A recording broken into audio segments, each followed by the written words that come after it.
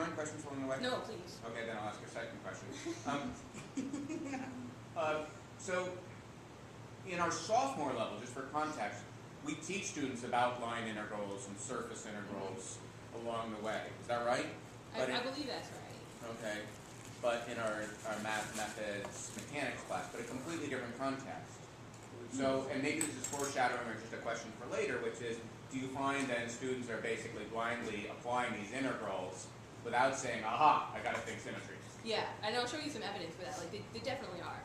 There's a lot of evidence at the introductory level, and now it's sort of starting to accumulate some at the junior level. So, which brings me perfectly to some of the difficulties that have been documented before with Gauss's law. This was mostly, all the work I'm going to talk about was done by Singh, and it's this paper about a multiple choice sort of Gauss's law survey to try to figure out what problem students are having with Gauss's law. And they've given this diagnostic to over 500 introductory students and a few upper level students as well. And what they show is students do poorly. And I'm not clear when, I mean, they gave this after instruction in Gauss's law, but I'm not sure like how close it was, like right after or sort of near the end of the course, I'm not sure. But so they did pretty poorly. I'll give you an example question so you can sort of gauge the level of difficulty in a minute. And interestingly, the upper level students did basically no different. And the upper level one was administered pre and post, so they went from 44 to 49%. So this is not a significant difference according to the paper. But they ended about the same place that the introductory students ended after learning Gauss's law. But it's not hopeless. Graduate students, I mean, as evidence that this is sort of like an expert concept, except graduate students do perform substantially better on this diagnostic, 75%. And they sort of, besides giving these percentages, talked about where the students had difficulties, and they say both the lower and the upper division undergraduates seem to overgeneralize the results from the highly symmetric charge distributions. So this is kind of what Noah was saying, like they're not thinking through a symmetry argument, they're just like, well, last time I used this it worked, so it's going to work this time. And then they just plug things into the equation. Also seems that students have trouble distinguishing between the charge, which is generating the field, the electric field, and the electric flux, which is that whole, the E dot dA part. And students have difficulty with the superposition principle, which is that the electric field from charges at is superposed. Also, students have trouble choosing appropriate Gaussian surface. And I'm going to show you an example problem, I think, that was targeted at this difficulty.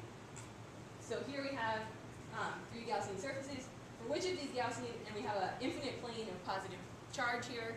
For which of these Gaussian surfaces will Gauss's law help us to calculate E at a point A due to the sheeted charge, where the point A is at the top here. And I'll let you discuss this to sort of refresh your Gauss's law. Discuss this in small groups and come up with an answer for your group, but also what you think would be the most common student wrong answer. So take a couple minutes to think about that.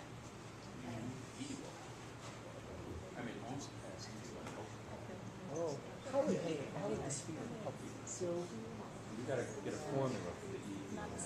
in what way? So this is the critical question. Okay. So you want to calculate the E at a point. Well, at a point rather than figure out the charge.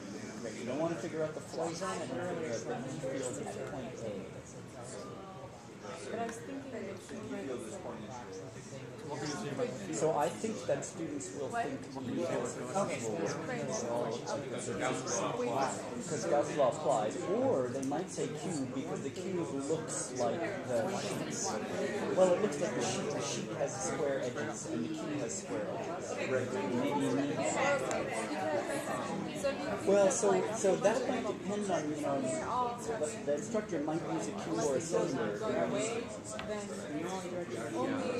Only the up direction. So it might also depend on what your instructor did in class. Whether you pick only the. Oh, this is interesting. They do not have my choice. Only the Q's. So apparently Chandralekha didn't think that would be a problem.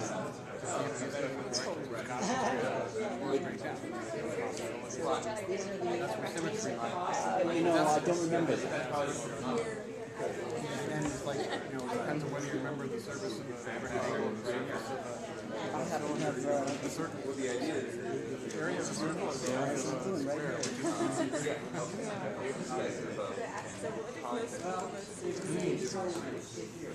I think they've seen the phone. Oh, really? I was gonna say it's only So yeah, this does use a in this case. Don't you use the pillbox? what is Griffin? I mean, when I talked to like Okay, Besides, it's wrap up your discussion. Okay, does anyone want to share either their answer or what they think the student answers will be? We had a few ideas. We thought maybe they would think Gauss's law always applies, so all of the surfaces would be fine. Or we thought that maybe students would use whatever pillbox they were introduced to in class, like if they had used a rectangular. But that wasn't given as an option, which we thought was interesting. Just the cube.